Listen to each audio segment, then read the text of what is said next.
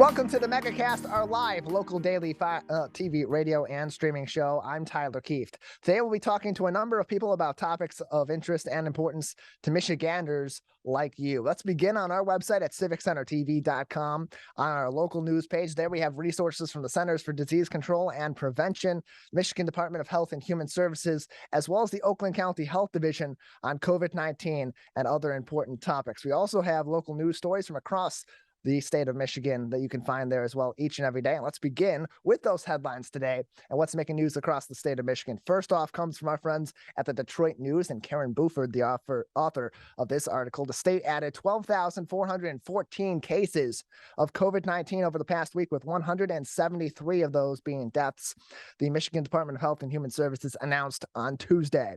Michigan reported an average of about 1,773 cases per day over the last 7 days. That is a 1% decrease from the daily average of 1,793 cases per day a week ago. So down about 20 cases per day over that week.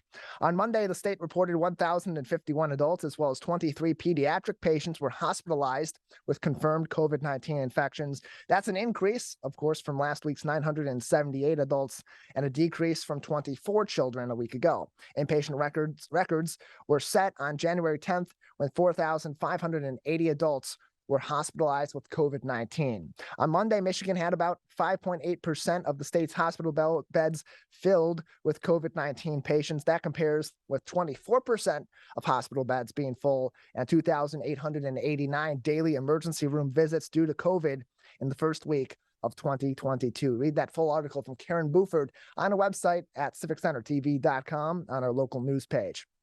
Also making headlines today from the Detroit Free Press and Teresa Baldas, their reporter there.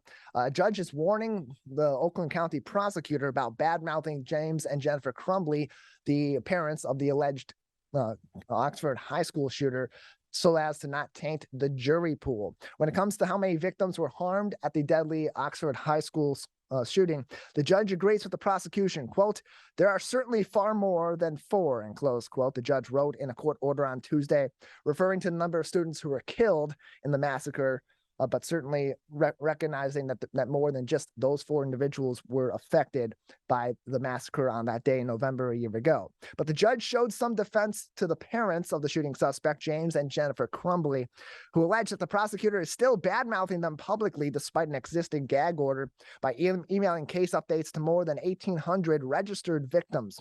Recently landing on Facebook, those updates they say contain, quote, highly prejudicial, and closed quote, comments about them. Oakland County Circuit Judge Cheryl Matthews wrote in her order addressing the bulk email, quote, "The prosecutor's office should reasonably have known that an email sent to close to 2,000 victims could be disseminated to the media," and close quote. Judge Matthews went on to raise concerns about the impact of the contents of the mass email that may have and what they may have on jury selection for the ultimate trial that will eventually start for James and Jennifer Crumbley, who are the first parents in America to be charged in connection to a mass shooting connected to their teenage son, at the time 15, now 16, Ethan Crumbley, who was charged with bringing a gun to school that day and, of course, killing 4 of his classmates and injuring several other people. The Crumbleys, meanwhile, argue Oakland County prosecutor Karen McDonald is tainting the jury pool, alleging that she has constantly disseminated false and inflammatory information about them, and did so on September 15th in an email that went out to those 1,800 and some odd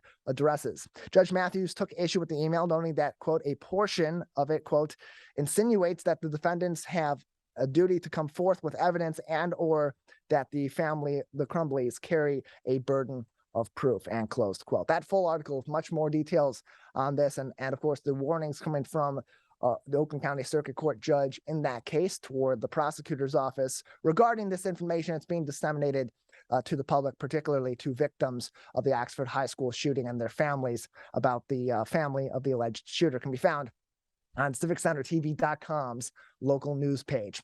Finally, making headlines today from MLive and their reporter Mark Torregrosa. Snow is shifting to the lower part of Michigan, how and where to expect accumulations from the snowstorm that, of course, continues on this week, and the snow accumulations that continue on this week that certainly impacted the Upper Peninsula with well over a foot of snow in some places. The storm system will send at least 2 more rounds of steady precipitation across lower Michigan during the colder time of the night. Some of this precipitation will be accumulating snow as well. The snow accumulations project across lower Michigan will be fairly brief. The ground temperatures are still in the 40s. Snow will pile up in colder, higher elevations and locations 20 miles away from any Great Lake. Once the burst of snow stops, the heat from below will quickly melt that snow, and so it's not expected to have an accumulating effect on roads or on the ground necessarily. Some may stick depending on the volume, but not necessarily going to be quite near the accumulation we see on the ground in the Upper Peninsula. All of us in lower Michigan will probably see snowflakes in the air. Only some of us will see that snow stick on the ground or any meaningful vision of the coming winter. The areas of lower Michigan that will get accumulating snow are interior, northern, lower peninsula, higher elevations, and the highest ridges of the thumb. The high elevations in Oakland County could also get a dusting of accumulation last night, and through Wednesday this morning. Let's look at the 2 weather models most accurate in the situation and what meteorologists at the National Weather Service are saying for snow amounts. If you can look at those models, of course, can be found in this article. You'll see mostly accumulating in northern Michigan, heaviest snow, of course, being in the northern lower peninsula, with a little bit of less severe accumulation, certainly in northern Michigan and through the thumb and parts of Oakland County, certainly the northern parts, as was disseminated earlier on in this article, going to get more of a dusting than other parts with the snow. That being said, temperatures are in about the 40s for most of the day, and the lows being in the high 30s, so not likely going to be at a temperature where that snow will accumulate on the ground and will most likely just melt, given that we still are very early in the fall season and not quite into those colder temperatures of the year that cool the ground and make snow more likely to accumulate on the ground. That's all of our headlines today on CivicCenterTV.com's local news page. You can find more information on all those headlines there, as well as helpful links to COVID-19 information from the Centers for Disease Control, the Michigan Department of Health and Human Services, as well as the Oakland County Health Division. We have a great show ahead on this Wednesday edition of the Megacast. Coming up next, we'll talk to Sallyjo Levine and Marilynn Sabin from the National Council of Jewish Women. Coming up next, you're watching and listening to the Megacast. Can I ask you a question? Why do you want to get the COVID-19 vaccine? I don't like getting sick. The virus will die. It will be easy to not catch it. Keep my family safe and keep playing soccer. Because I love being vaccinated. What's your hope for everyone? I hope everybody gets the vaccine. To keep safe and strong. Be happy, having fun everywhere. Everyone stay safe and hope you get the vaccine. Let's whoop it up for these moments, made possible by the COVID-19 vaccine.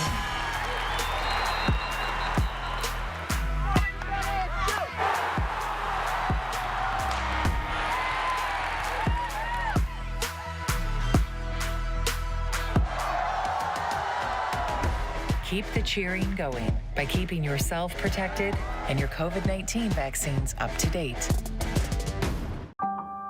In the face of COVID-19, staying healthy is important. And now the same is true as we face the flu. Influenza has the potential to infect millions, putting lives and the healthcare system at risk. Fortunately, it's easy to protect yourself. The flu vaccine is safe and effective, and with COVID-19 still spreading, it's essential. To see how you can hit this virus head-on, visit michigan.gov/flu. Now that the vaccine is available for children 5 and up, why do you recommend it? Kids are part of the community and they can spread COVID. We're seeing both healthy children getting sick from the virus as well as children with underlying health conditions. They can easily bring the virus home to other people that are vulnerable and make them sick as well. This vaccine can change that and keep children safe. It's essential that your children get vaccinated to protect them, to protect your families, and to protect those in the community around you. Let's savor these moments, made possible by the COVID-19 vaccine.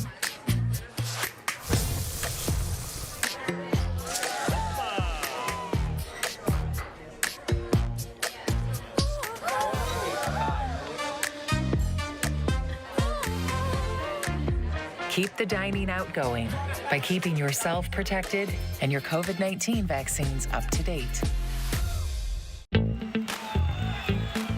Let's relish these moments, made possible by the COVID-19 vaccine.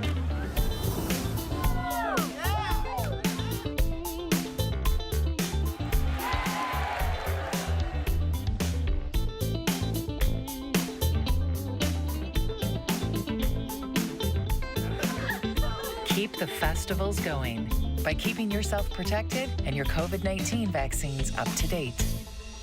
Can I ask you a question? Why do you want to get the COVID-19 vaccine? I don't like getting sick. The virus will die. It will be easy to not catch it. Keep my family safe and keep playing soccer. Because I love being vaccinated. What's your hope for everyone? I hope everybody gets the vaccine to keep safe and strong. Be like happy, having fun everywhere. Everyone stay safe and hope you get the vaccine.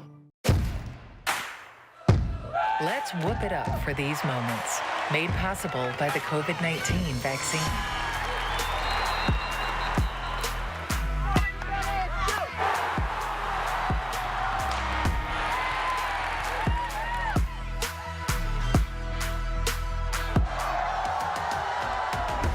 Keep the cheering going by keeping yourself protected and your COVID-19 vaccines up to date.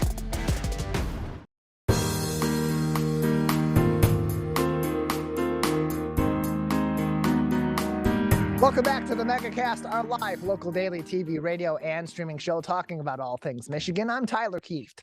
Learn more about our program on our website, civiccentertv.com/megacast, where you'll find more information on all of our partnering stations across the Great Lakes State, including My Michigan TV, and find all of our full shows and individual interviews on demand.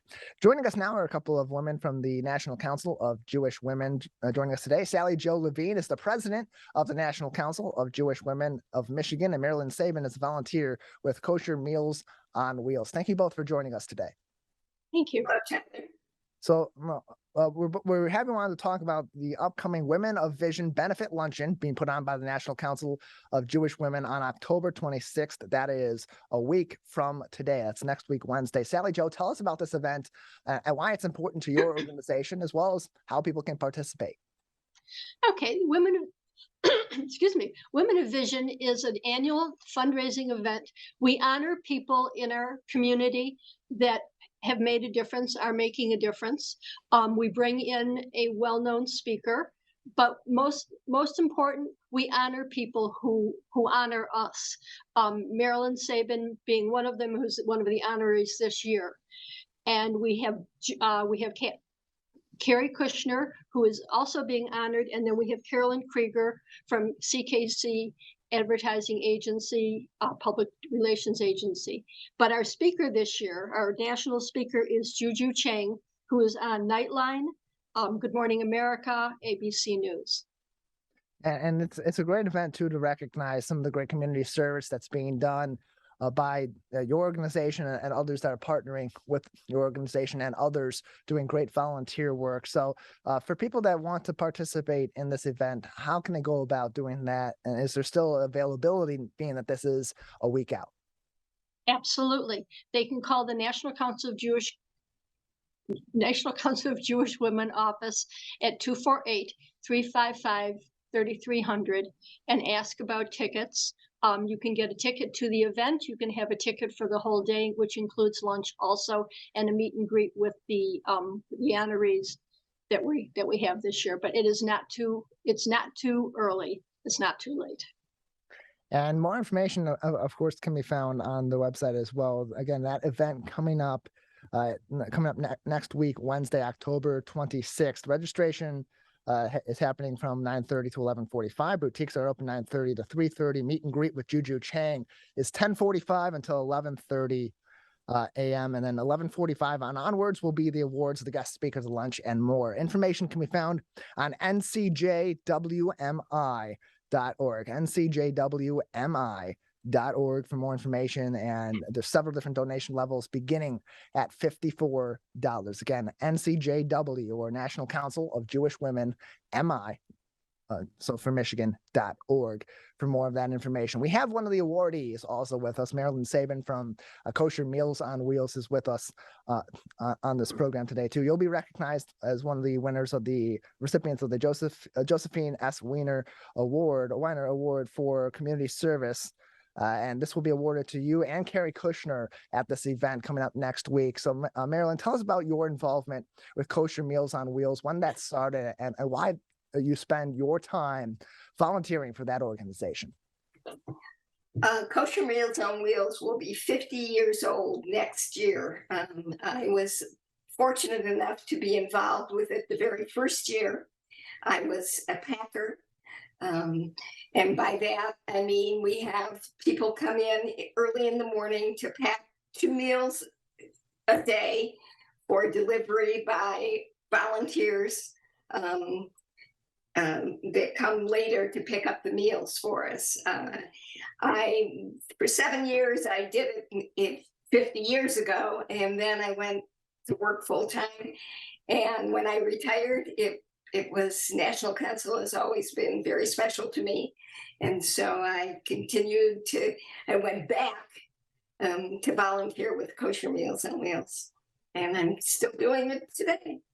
So what keeps you going in this volunteering? You've been doing this for a number of years.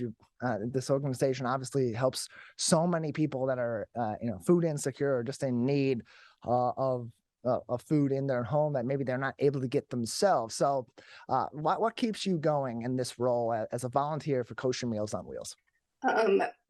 Just providing a service to the community that is needed, and it makes you feel fulfilled, that you're doing something worthwhile, especially after you're retired. So. Yeah, no, one of the better ways to spend your retirement is giving back to your community, and we certainly appreciate all the work that you're doing, Marilynn, to do that with Kosher Meals on Wheels. Sallyjo, going back to you, recognizing these volunteers with this particular award and with other awards at this event you're holding next week, Wednesday, for your organization, what is the importance of recognizing these volunteers and the people that are contributing not only to your organization, but the partnering organizations all throughout our local area and across Michigan? We partner with a lot of organizations for a lot of different reasons. But I think that when people volunteer, they take time out of their life to do something for someone else. And National Council of Jewish Women believes in bettering the lives of women, children, and families. And most of the programs that we do have to do with bettering lives. And the fact that we have people who willingly come and join us, whether they're part of our organization or a partnering organization, it makes the world a better place. Very honestly, very crazy, but it's true. I read something today about when you retire, you need to start doing service. And many of these women have been doing service for 40 and 50 years. But doing service makes you a better person. It also makes the person that you're working with a better person. And we love it. We believe in it. And Marilynn, from your perspective, as an avid volunteer before and now during your retirement, what do you have to say to those that are looking to get into volunteering or looking to maybe occupy their time in their retirement, and speak to why volunteering is so fulfilling for you, but also such a great way to give back to your community? It gives your life structure. It makes you feel good. It makes you feel like you're contributing to society. That I would recommend it for anybody, whether they're retired or not. Yeah, it's a great way to get involved in your community, meet some like-minded people that want to contribute and give back to those in their local area, and do something good for your community as well. We'll recognize more of these volunteers at the Women of Vision event that's happening next week, Wednesday. You can find more information on the National Council of Jewish Women's website at NCJWMI.org. That's NCJWMI.org for more information. That is happening Wednesday, October 26th at the Adat Shalom Synagogue on Middlebelt Road in Farmington Hills. Women of Vision is the name of the event. The festivities begin in the morning and go all throughout the morning, including from 11:45 onwards, where they'll be awarding many of these volunteers, including including Marilynn Sabin, who's with us on today's edition of the Megacast, and so many other great people doing great things in the community. It's also a great lunch and a raffle as well. More information again, NCJWMI.org. Registration begins at 9:30 a.m. for this event next week, Wednesday. Let's go back to you, Sallyjo, just for a few more minutes with you today. Sallyjo Levine, the president of the National Council of Jewish Women of Michigan. Tell us more about your organization and other things you have coming up. And if people can't attend this event next week, Wednesday, what are some other ways that they can get involved? We do a tremendous amount of advocacy, getting out the vote, things that we truly believe in. We have programs that are enjoyable. We have programs that are informative. We do a back to school store where 900 children get new clothing, school supplies, and 2 books.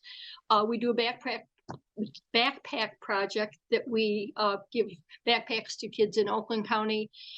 We do children's guardianship cases. I mean, there's something for everyone. If you have any interest at all in getting involved, we've got a program that we can put you into, let you enjoy it, bring your friends.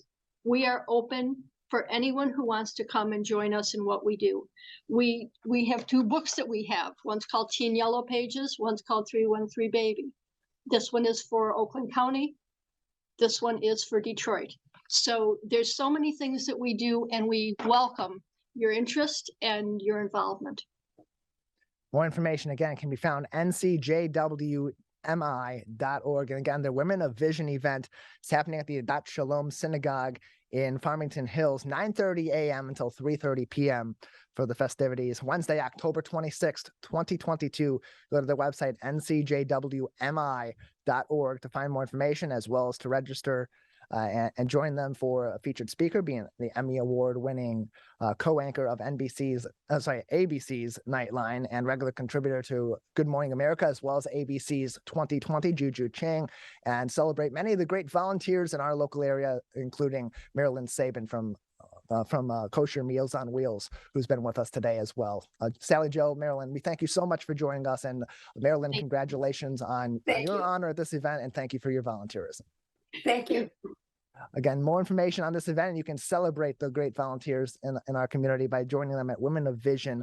That event can be found on ncjwmi.org to get tickets and attend next week, Wednesday, October 26th, 9:30 a.m. until 3:30 p.m. We're going to continue on right here on the Megacast. One of our great partners of our co-flagship, My Michigan TV, is the Michigan Restaurant and Lodging Association. As we get ready to go into the holidays, it's important as you prepare those meals and those appetizers for yourself and your family that you do so safely, and they have a number of great training videos to help you prepare and to serve food safely in your home this Thanksgiving season. Let's take a look at one of those training sessions.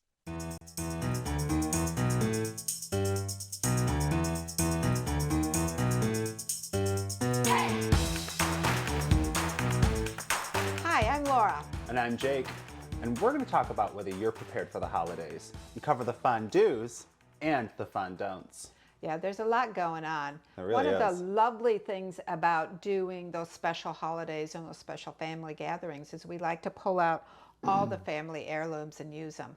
But sometimes that can be a real problem.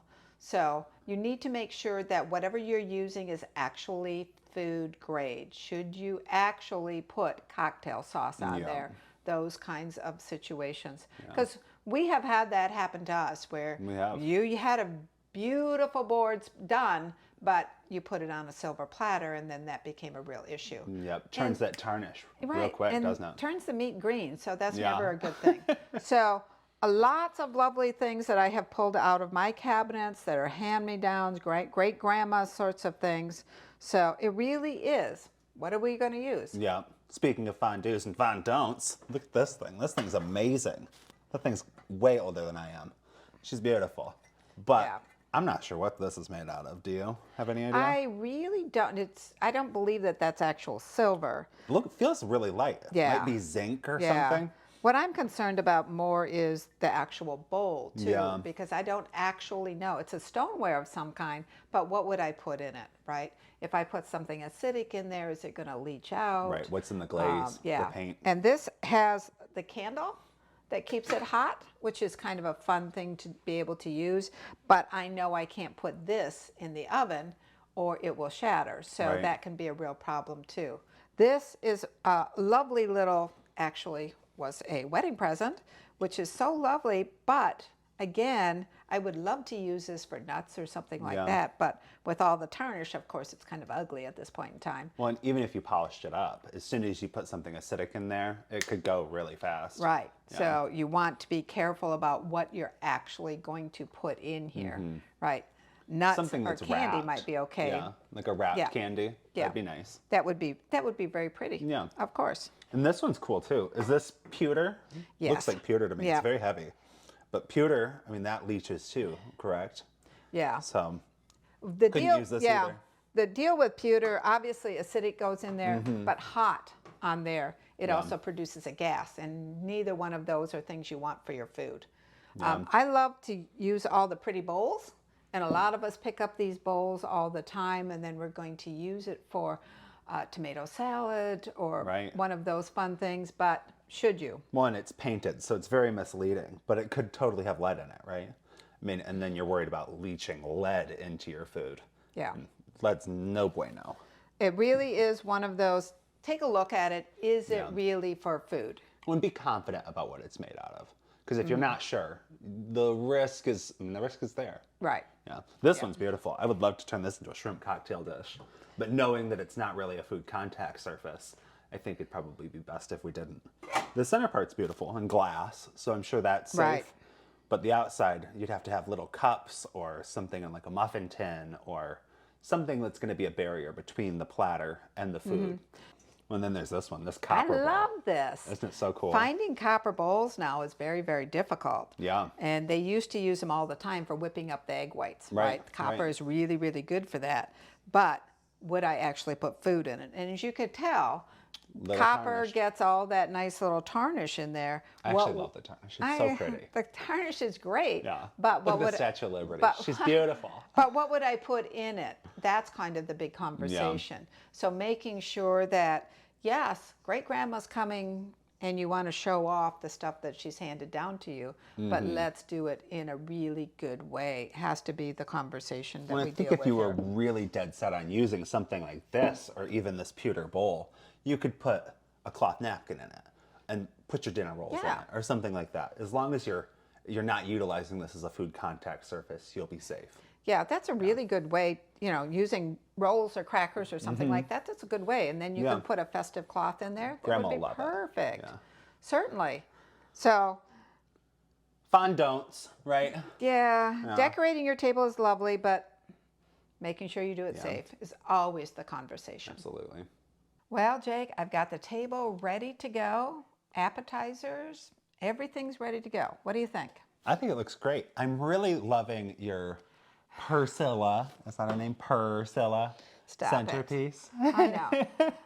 Here's the big problem with cats and dogs, especially cats. Cats. If you preset your table, you may have, and I have had this number of times, where you've got the extra little something going on with your food, right? Well, and with kitty litter boxes. Yeah, well, and they get up on counters and lick the butter and all kinds of different things. So being safe with pets is a big conversation. Absolutely.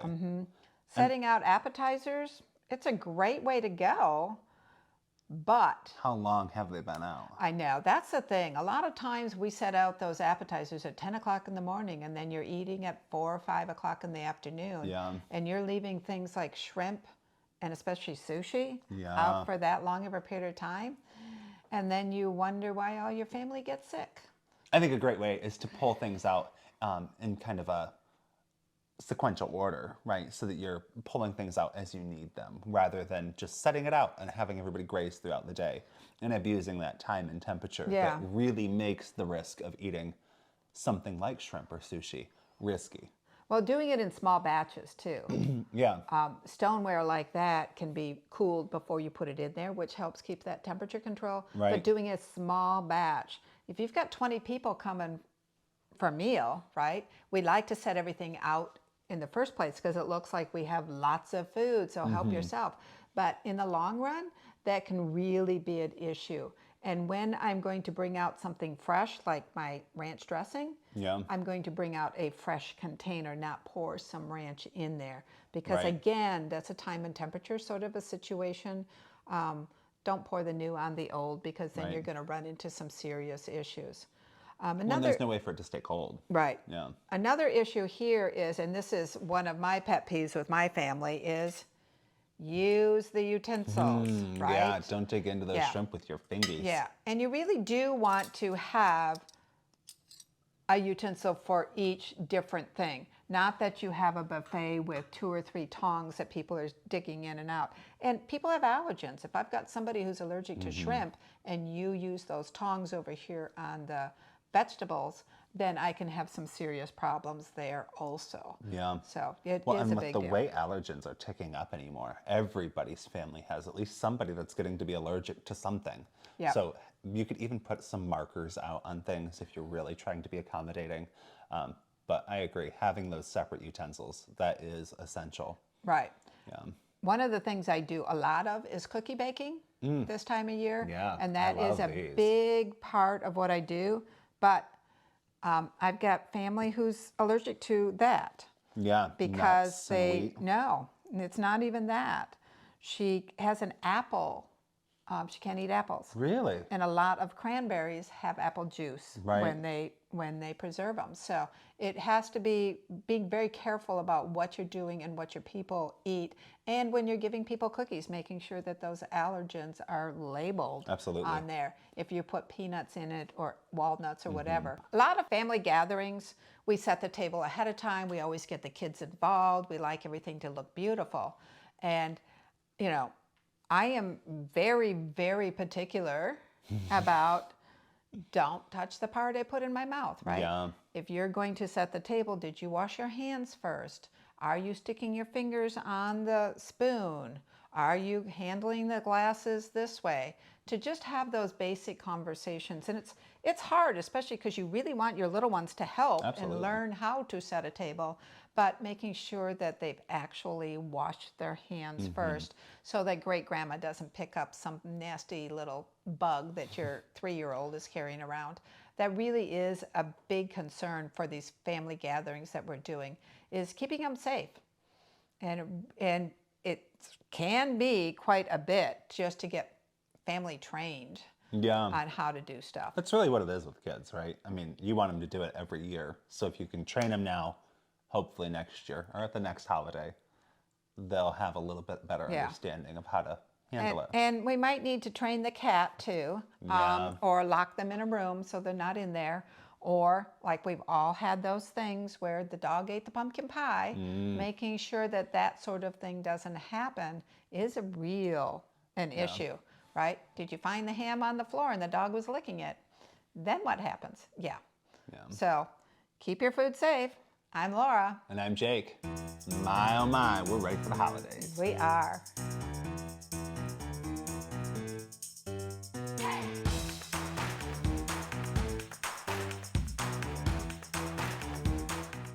Well, they were playing.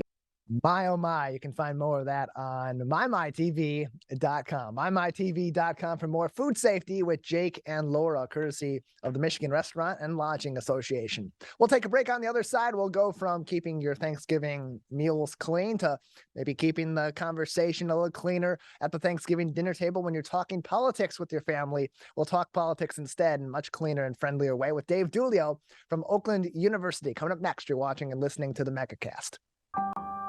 In the face of COVID-19, staying healthy is important. And now the same is true as we face the flu. Influenza has the potential to infect millions, putting lives and the healthcare system at risk. Fortunately, it's easy to protect yourself. The flu vaccine is safe and effective, and with COVID-19 still spreading, it's essential. To see how you can hit this virus head-on, visit michigan.gov/flu. Now that the vaccine is available for children 5 and up, why do you recommend it? Kids are part of the community and they can spread COVID. We're seeing both healthy children getting sick from the virus as well as children with underlying health conditions. They can easily bring the virus home to other people that are vulnerable and make them sick as well. This vaccine can change that and keep children safe. It's essential that your children get vaccinated to protect them, to protect your families, and to protect those in the community around you.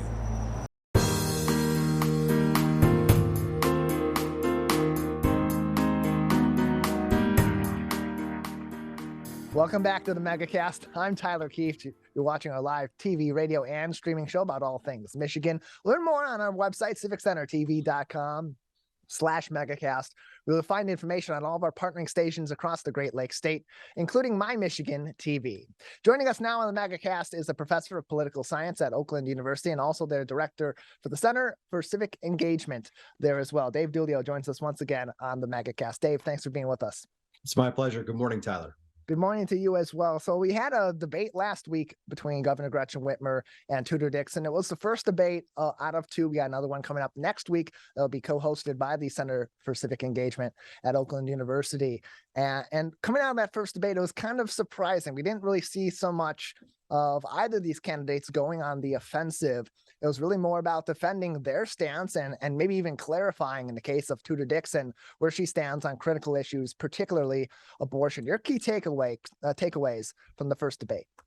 I would say I had a couple immediate reactions, and then I think there's one worth talking about after we've had a chance to sort of let it sink in, if you will. And for me, the main takeaway was the tone. And I understand your point about going on the defensive or trying to be defensive.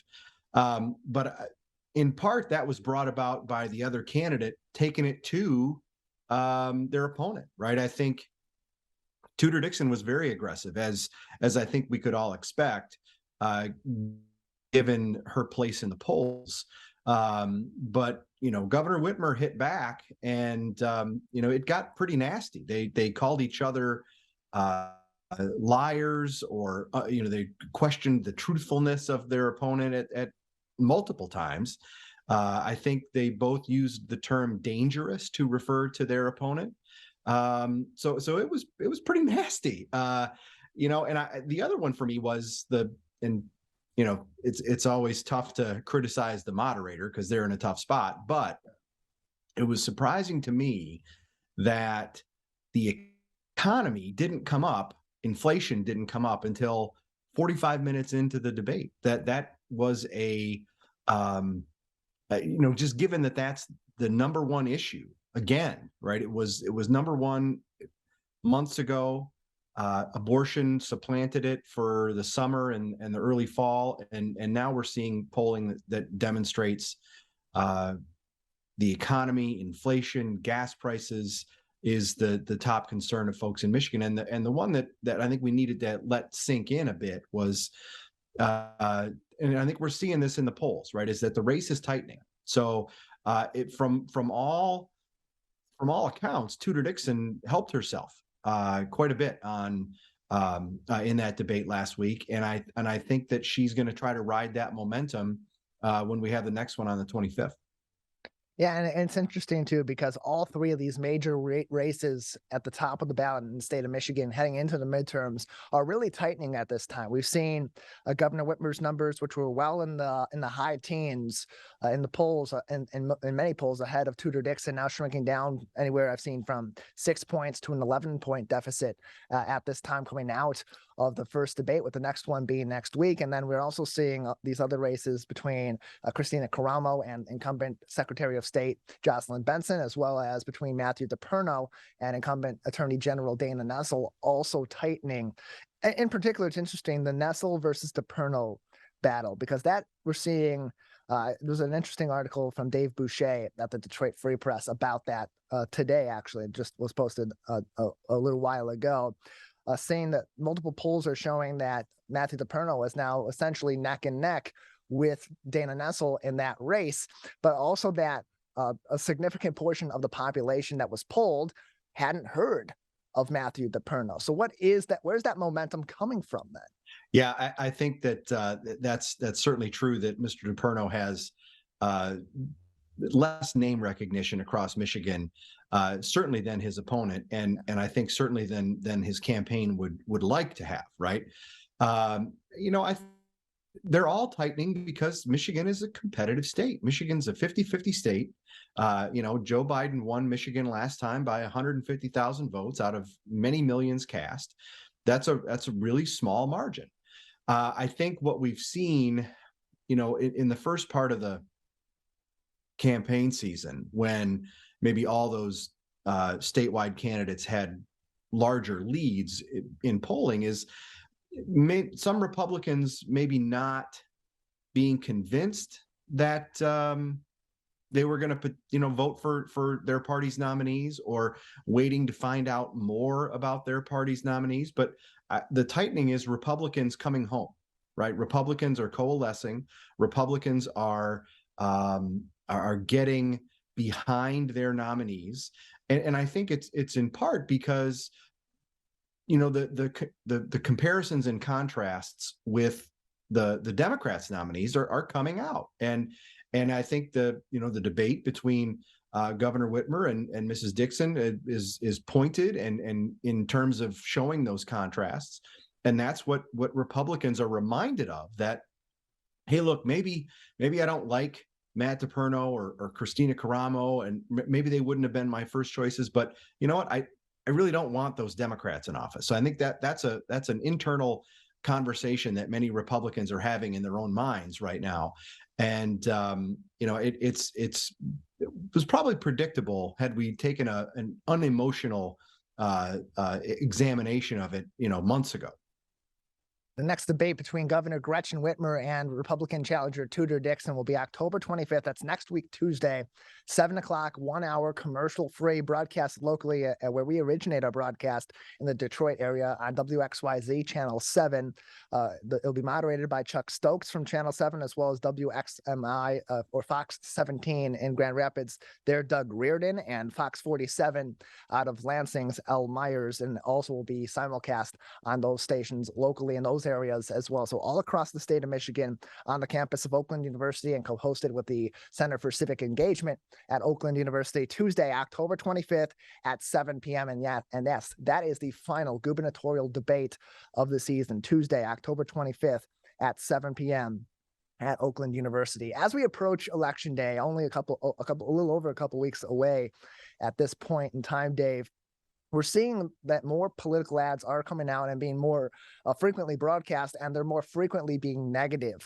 There's a lot of opinion on negative political ads and the effect that it has, or positively, and certainly negatively also, on the electorate. I, for one, am not a fan of negative political ads. I'd rather know about a candidate as an independent. What do you plan to do with certain issues, and how could that possibly solve some of these problems, than why your opponent is the worst thing that you've ever seen in your entire life. But from your perspective, teaching this to students in the political realm and political science, just how effective are political ads? Are they positive, or are they more negative?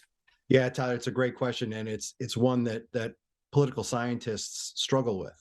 The empirical evidence that exists is mixed. For every study that shows there's a negative effect from political advertising, and by negative I mean, maybe it drives down turnout, or it doesn't have much of an effect on how much information people gather or retain. There's another study that shows just the opposite, and it's one of those questions that as I said has puzzled political scientists, and we measure phenomena in politics as best we can, and sometimes it's just hard to do that. And I think that's really the crux of the problem with those studies. But we can boil things down pretty plainly, and I would put it this way, that if they didn't work, campaigns wouldn't use them, right? So for me, that's enough explanation. We have tens of millions of dollars, if not hundreds of millions of dollars, that are being spent on TV ads in Michigan and across the country. Many of them are negative, and it's not a surprise that a couple of weeks out from Election Day, when absentee ballots are in the hands of voters, and people are preparing to go to the polls, that things turn up in terms of negativity.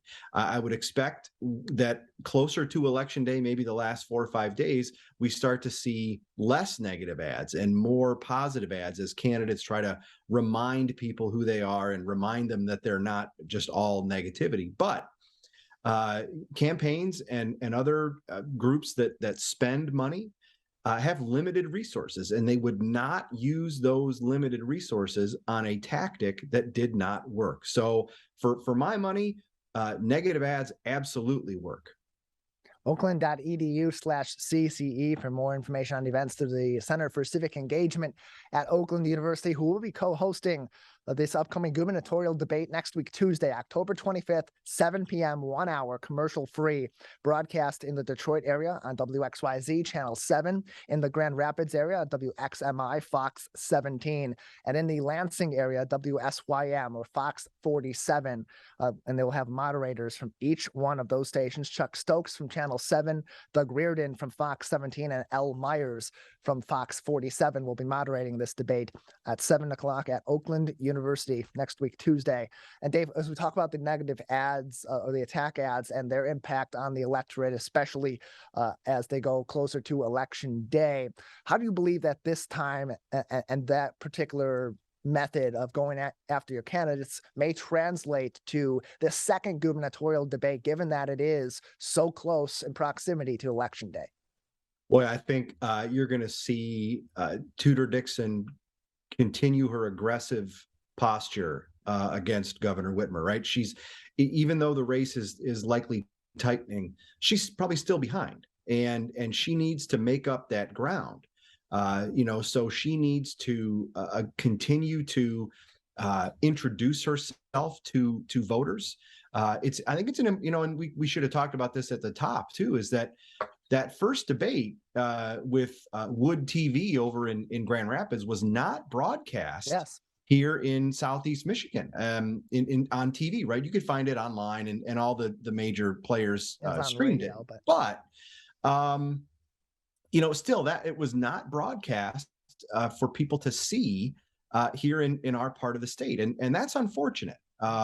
So this might be the first time a lot of folks get to see and hear from the candidates directly, not through a filter of a TV ad or something like that, right? So I think it remains really important for Tudor Dixon to be aggressive and to try and take Governor Whitmer down a notch or two, because that's how she's going to win.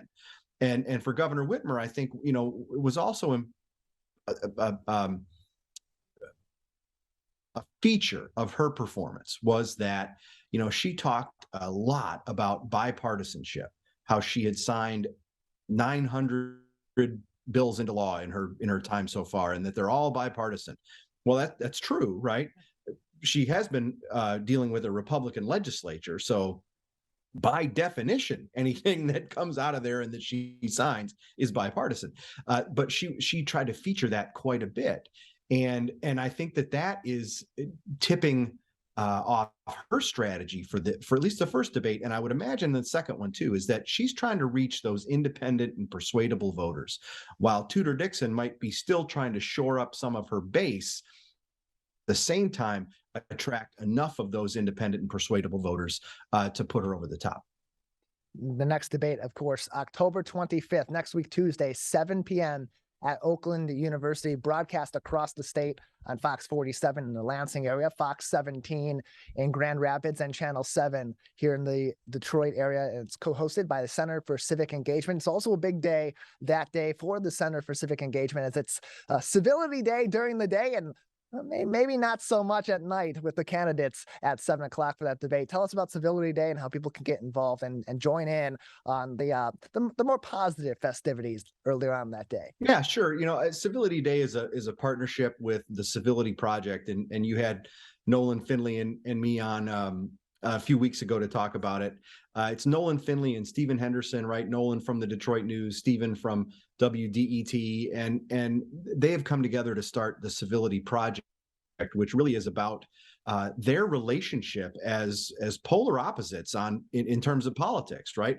yet two folks who maintain their principles and maintain a relationship, a good relationship at that, right? Where, and they talk about how they learn from each other when they talk about politics, and how they can argue on a TV program, but then go have a drink and talk about non-political things and be the best of friends, right? So Civility Day is going to bring not only them together, but we'll have Congresswoman Debbie Dingell, Congressman Fred Upton, folks from the religious community, because civility can be strained about more things than just politics, right? So what we'll do is have this broad discussion about civility in public life, and welcome anybody who wants to attend. They can go to oakland.edu/CCE and register. Program starts at 9 a.m. and goes through lunch. You'll have lunch provided for you, and it'll be a great day of discussion and conversation. Yeah, October 25th, Civility Day. More information can be found on oakland.edu/CCE, and then the Center for Civic Engagement also co-hosting the second and final gubernatorial debate between Governor Gretchen Whitmer and Republican challenger Tudor Dixon. 7 o'clock, broadcast locally in the Detroit area on Channel 7, in Lansing on Fox 47, and in Grand Rapids on Fox 17. 1 hour commercial free beginning at 7 o'clock. Dave, thank you so much for joining us today. Thanks, Tyler. Important time of the year for the electorate to get informed and ready for that election. And of course, that gubernatorial debate going to be a big one next week, Tuesday, 7 o'clock, broadcast in the local area. More information on Civility Day and the Oakland University Center for Civic Engagement can be found at oakland.edu/CCE. That is going to do it for this Wednesday edition of the Megacast. I want to thank all of our guests for joining us on today's edition of the program, as well as our friends at the Michigan Restaurant and Lodging Association for their helpful tips to keep your Thanksgiving table nice and safe this holiday season. Big thank you as well to our crew, Calvin Brown and Jared Clark at the studio of My Michigan TV, and our producer, Larry Nyland, for each and every one of these programs. That does it for the Wednesday edition of the Megacast. We'll return soon with a new episode.